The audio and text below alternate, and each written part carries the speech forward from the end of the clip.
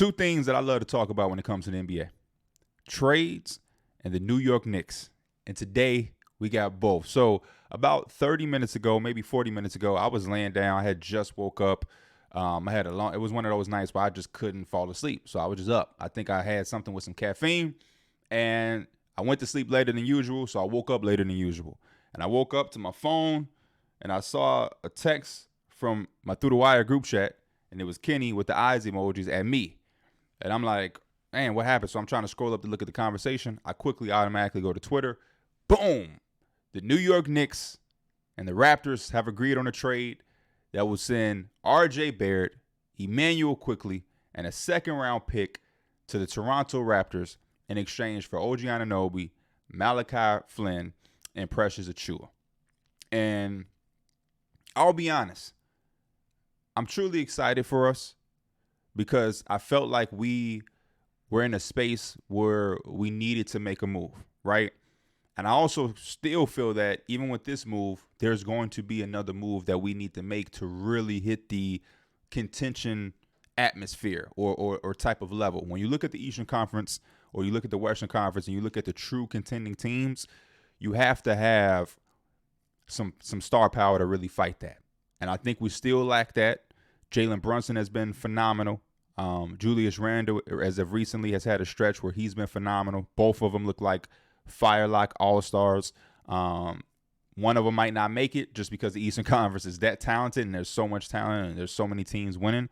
But both of those guys look like All-Stars. And I just really think that OG Anunoby is a much better fit. And the guy that always has been linked to us has been Donovan Mitchell. And I've said it countless times on the podcast. I've even said it on Twitter. I like Donovan Mitchell, but there's something about the miniature backcourts in the NBA that just scare me away. Jalen Brunson and Donovan Mitchell would be a miniature backcourt. So I was the one that said, hey, for me to really love the Donovan Mitchell move, I would need to have OG Anunoby on the team as well. And that sounded like a long shot. Still kind of does. But we're one step closer into that direction. Even if it isn't Donovan Mitchell specifically, that mode of player of getting a superstar or star scorer who can put up numbers and do things offensively, that will be a little bit more acceptable because we got somebody who can focus on a defensive end and can also play and specialize without the basketball. That's going to be the first thing I'm going to dive into. The OG Anunoby part of it. Obviously, Precious Achiuwa is going to be a big man off the bench. Raptor fans are up and down. You have some people who love him. You have some people who think he could be better. Same kind of thing was in Miami. He's just one of those guys where I think he has stretches. He'll give you a 7-game stretch where he looks like, man, there you go. He's putting it together. Then he'll have a 10-game stretch where you kind of scratch your head, getting a little frustrated, like, yo, you could be better than this. So we're going to add more size to the front court until Mitchell Robinson is fully healthy and back on the court. Which will be next season. So after that, you got Malachi Flynn. I'm a fan of Malachi Flynn because I loved him in college at San Diego State. And then you also have, him in a system where, for whatever reason, the history of Tom Thibodeau, these guards like Malachi Flynn somehow have success. I'm not saying that's going to happen here. Malachi Flynn could definitely come to New York and just chill on a bench because you also have that thing with Thibs where, like, you just don't play and you never get that shot.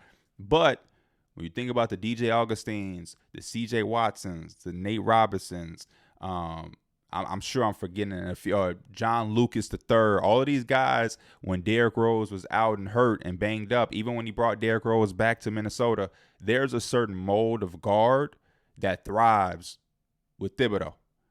And Jalen Brunson, he's thriving. He also has game. I'm not saying that Malachi is going to beat Jalen Brunson, but I think there could be – I'm not ruling that out. Heavy pick and roll play, making some decisions, making jump shots. Malachi, if he gets a shot and he takes advantage of it, he may can find himself having some moments in New York depending on the different type of situations he could be in. I'm just thinking about the mold of historical guards who have thrived off of the bench for Thibodeau. Again, it's not saying he's going to win a 6 Man of the Year award. It's not saying he's going to be as effective as Immanuel Quickly. But when you just think about guys who have had moments in Thibodeau's thing. I'm not saying C.J. Watson was one of the top guards or, Augustine, but they had these moments where you were like, okay. So I'm putting that in the back of my mind, knowing what I know about Malachi Flynn. The main thing, OG Anunoby. From the Knicks' perspective, I love this trade for a couple of reasons. Number one, as much as we love RJ Barrett and as much as we've grown, especially myself, I'm really speaking for myself because Knicks fans as a totality is hard to speak for. And I don't always agree with Knicks fans. I don't always think Knicks fans are, in their right state of mind. A lot of times I see myself disagreeing with Knicks fans because Knicks fans can be extremely biased and they could be a little bit delusional, which I'm okay with in some sorts. But I love the fact that it feels like we got to a point where we stopped putting expectations on RJ and it was just like, hey, that's who you are. We're going to accept it and we'll just take that. But you have to be that. And I think this season it started off really good with him being, just regular RJ Barrett.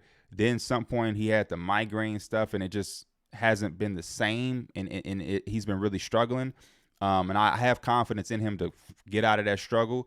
But I think it was a nice, it's kind of, I want to say a little bit bittersweet because I think we had just gotten to a place, or at least I did, where it's like, okay, I'm not putting any more expectations on RJ. I'm going to accept him for who he is, and I think he's going to be a lot more valuable of a basketball player if you take that mindset with him instead of thinking of him as this third overall pick, all-star wing that has to be a 24-point scorer. If you remove all of those expectations and just say, hey, RJ, what you give me and what you've shown that you're going to give, this is still an above-average wing in the NBA, and we're going to just take that.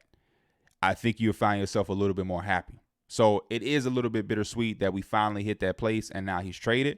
But the sweet part of that sweetness is the fact that OG Anunoby, I think, complements this group of guys 10 times better than RJ Barrett. I think there's no conversation there. I think the contract as of right now is going to be a lot better unless OG comes in for this last part of the season and playoffs and just plays out of his mind. And then he'll probably get paid stupidly crazy. He's still going to get paid, but I think it's going to be a lot better than that RJ Barrett's contract.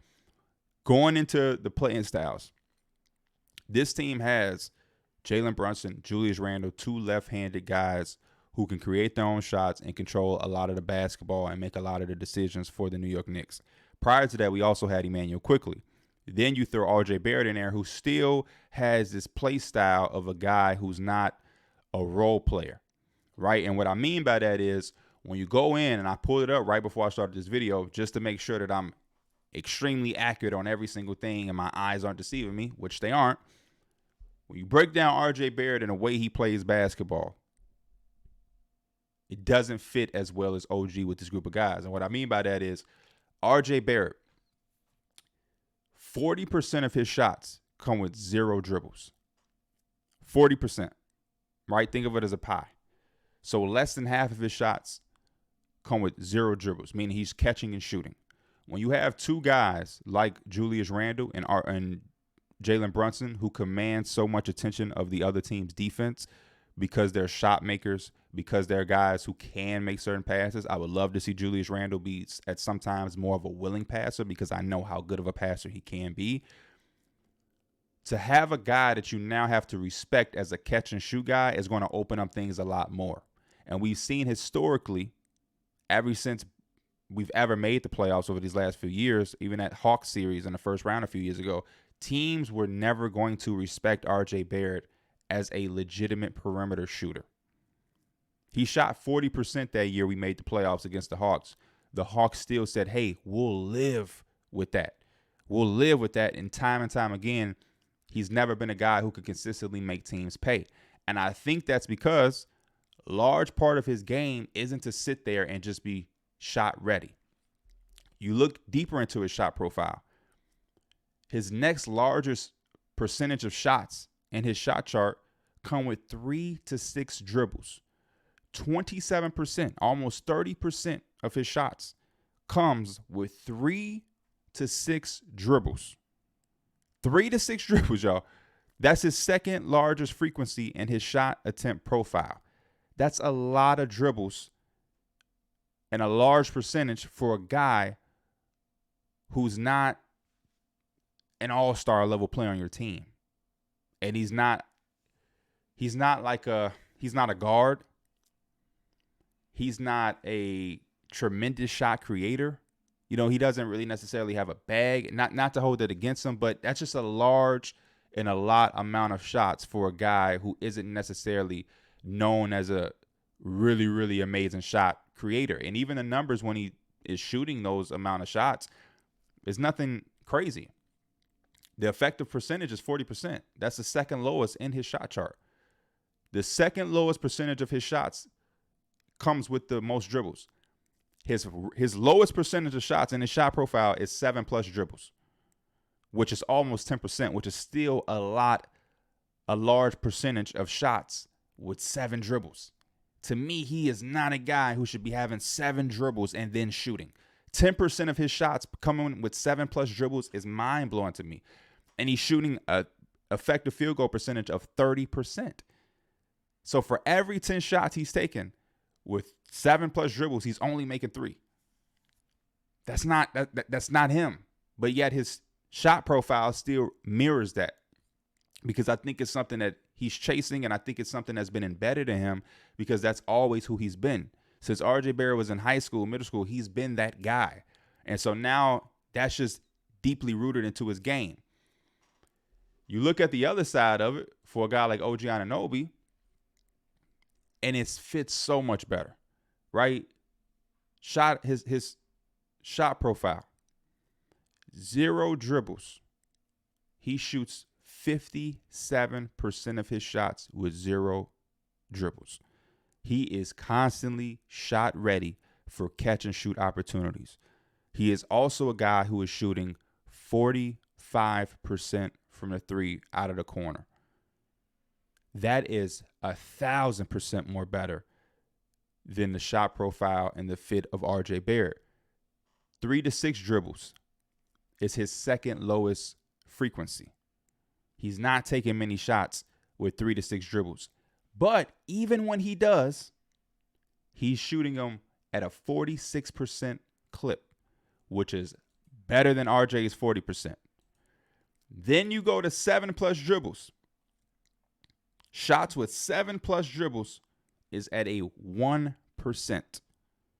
1%, which means he found himself out there with the starters or the second unit, and for some odd reason, at some point of the game, he just had a shot and he took it. He took one shot. That's what it looked like to me. He took one shot. The field goal attempts is at a 0.1.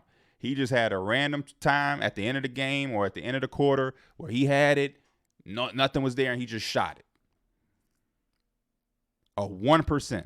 That fits so much better. So much better. This is a guy who 90+% of his 3-point attempts are assisted on. That's a much more amazing fit. Not even to start on the defensive side of the basketball where everybody loves OG there. That's the main attraction, is his defensive profile and how we can put him on, the Jason Tatums of the world. Not saying he's going to lock these guys up and have them have their worst night or anything, but to be able to go in the Eastern Conference and have to play against a Donovan Mitchell, to have to play against a Tyrese Halliburton, to have to play against Tyrese Maxey, to now have a quote-unquote wing or perimeter stopper puts us in a lot of a better shape. And then eventually when we get Mitch back and we have Mitch behind us, to have an interior guy and then a perimeter guy just goes great with the core of guys that we have right now, and it'll clean up a lot of the mistakes that we see on the defensive end. So for the Knicks perspective, I just love the fit over RJ Barrett, and that's why I think the Knicks can win this trade from that side of it. I think this can be a trade, which we'll get into, where both sides can walk away extremely happy and extremely pleased for the situations that they're both going into and the directions that they're taking. But as far as the Knicks, the upgrade is the fit. The upgrade is the fit, and it's an expensive upgrade because we're giving up essentially 2 key players for one, because there's a question mark on Achiuwa and there's going to be a question mark on Malachi Flynn. The Raptors don't have no question marks. They're going to throw RJ and Immanuel Quickly right into the mix. We have now Scotty Barnes, Immanuel Quickly, and RJ Barrett, and we'll see what we can get with Pascal Siakam. And we still have Jakob. We still have Grady Dick, and we'll see how he develops and whatnot.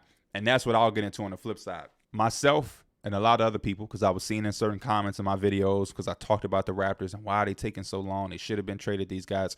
Yo, we have to give flowers to Masai Ujiri. For him to have waited so long and, quote unquote, let the value go down, he just got a lot. Now, did they get a bunch of draft capital? No, they got a second-round pick. But to get Immanuel Quickly and RJ Barrett for OG Anunoby, I think you walk away as a win. I think every Raptors fan should be extremely happy right now. I think long-term, when you think about it, they're going to play Immanuel Quickly. RJ is already wrapped up. You were going to have a bunch of money freed up anyway because OG was going to leave and Pascal is probably going to leave or get traded even sooner now. And it kind of gives you a retool into your rebuild. So you don't have to have a god-awful team. You don't have to be so struggled. You don't have to have Scotty Barnes out there literally fending for himself. I think Immanuel Quickly really compliments Scotty because Scotty can still have the ball, control the ball. They can play off each other with dribble handoffs, and now you have to respect the shot of Immanuel Quickly, or you have to respect the fake handoff of Scotty Barnes going into the rim. You got pick and pops now because Scotty Barnes is knocking down shots. I love this trade for them. I think Immanuel Quickly is the prototypical point guard that I would kind of want to see next to a Scotty Barnes because he's going to be able to play with them and play off of him, and they can play together in a way that's not stagnant towards each other. I also think this is something that Toronto fans have been waiting for. They've been waiting to get Wiggins or RJ Barrett at some point in their careers to have them play for their home team. And I think this is something that's going to be refreshing for RJ. I think Toronto is going to have a lot more patience for RJ. I think the expectation is going to go down for RJ, and I think he's going to have a change of scenery where he could just figure things out and hoop. We don't take into consideration how strong it is to play for the New York Knicks. Like, that's one of the biggest markets that you can play for, where people are just talking constantly and nitpicking and have a magnifying glass over every single thing you do. You can barely go out to eat and get some pasta without it being in the headlines. So now to go from that, and Toronto is still a beautiful place and a big place to be, and he's going to have coverage there and things like that. But I just think he's going to be a little bit more comfortable. I think it's going to take him out of that limelight for a while of just being a guy that everybody's looking at. Man, RJ ain't doing this, he ain't doing that. And I think he'll be able to figure things out a little bit better and have his expectations dialed back, and it'll help him in the long run, in my opinion. So I really love this trade for the Raptors. On paper, the Raptors win this trade. I'm saying it as a Knicks fan. The Raptors win this trade. We had no choice but to trade Immanuel Quickly because the only other option was to lose him in free agency for nothing, and they took advantage of that. They took advantage of that, and they got two key players for the price of one, a guy who was going to leave anyway, a guy who they couldn't get all those first-round picks for anyway. And so instead of getting the draft assets, you got two guys who are not old or not young at all, but right in that perfect sweet spot. You put them next to your emerging star, and now, you try to flip what you can get for Pascal, and you move forward with a nice young team that's trying to figure things out amongst each other, and you continue to add through the draft and develop that little core that you have. But I think this is a win for them, rightfully speaking, off the top of my mind. I just think that the fit is incredible. And I think whenever you can get the price of two for one, you really win that. You really win that. And it's actually a major move for them in the sense of when you think about OG and you think about Pascal, both on the last year of their deals, potentially walking away for nothing or getting traded for, pennies on a dime, that was going to put the Raptors in a very, very tough spot. A very tough spot, man. You were going to have Scotty Barnes and Grady Dick with a bunch of cap space. And nobody was coming with that cap space. I'm sorry. You weren't going to sign anybody. So to now be able to now have a small core, again, they have a core now, in my opinion. They have a real core, and you can only add to it throughout the draft. It's only going to get, more talented throughout the draft. They definitely have to start developing Grady Dick and giving him some moments. And if he can be the sharpshooter that we know him to be from Kansas, he's going to fit right in with those guys. Quickly, Dick, Barrett, Barnes. You know what I mean? They'll have something cooking there, and depending on how the rest of the year goes for them, they'll have a lottery pick that they can use and add. And there's some names in this draft. You know, you have Jacoby Walter, you have Stephon Castle, you have Cleanigan from UConn, who's a big. You have, I don't know if they'll be high enough in the draft order to get a Sar or a Matas, but hey, it's a lottery. Maybe you do get one of those guys. So I think they win this trade initially. I think the way for the Knicks to win this trade outright is for us to now pivot and make another move. Like I said, it doesn't have to necessarily be Donovan Mitchell, but if it's that type of player where they're an all-star level player who can come in and give you buckets and complement what we're doing, I think you're there. In a perfect world, we get Donovan Mitchell. You know what I'm saying? In a perfect world. But the Cavs are playing solid basketball right now in a time where a lot of us thought that they were going to really hit a cold streak because of the injuries. But they've somehow figured out how to grind out some wins. They just had an impressive win over the Mavericks where Karis LeVert really played out of his mind. So they don't really have any necessity to really look for a Donovan Mitchell trade. And I think even if they were at rock bottom with these injuries, they still probably wouldn't have traded him. So now that they're holding on and keeping their head above water, I just don't see it. But again, if we can get that level of a player, I've seen people talk about Zach LaVine. I just think he's too expensive. Donovan Mitchell's in the 30s. Zach LaVine, we're talking about $40 million. You know, we still have the Evan Fournier, $18 million. You have Josh Hart at about 12. You would love to keep Josh Hart if you're building a championship team, obviously, but you have him around 12. You have Dante DiVincenzo around a $10 million salary.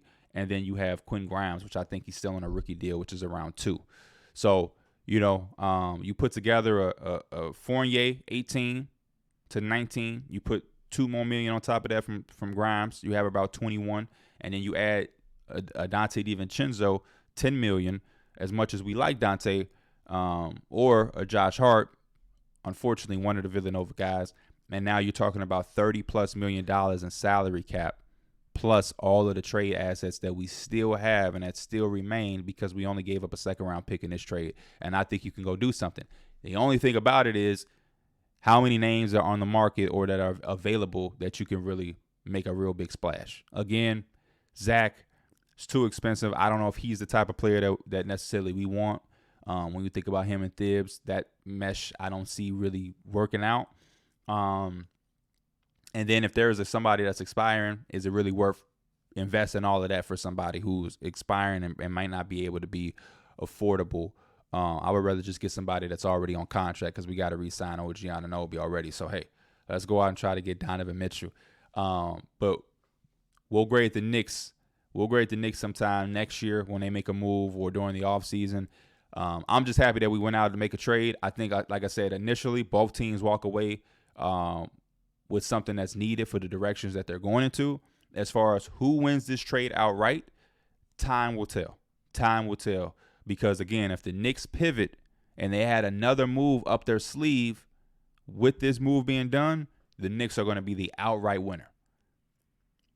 If the Knicks can't pivot and make a move between this year and next year, and they're kind of just a little bit better, instead of being the 6th seed, they're the 4th again, then you're probably like, you know, that was cool, I guess. You know what I'm saying? If we're a first-round exit, it's like, I guess that was cool. He was a first-round exit with Immanuel Quickly and RJ.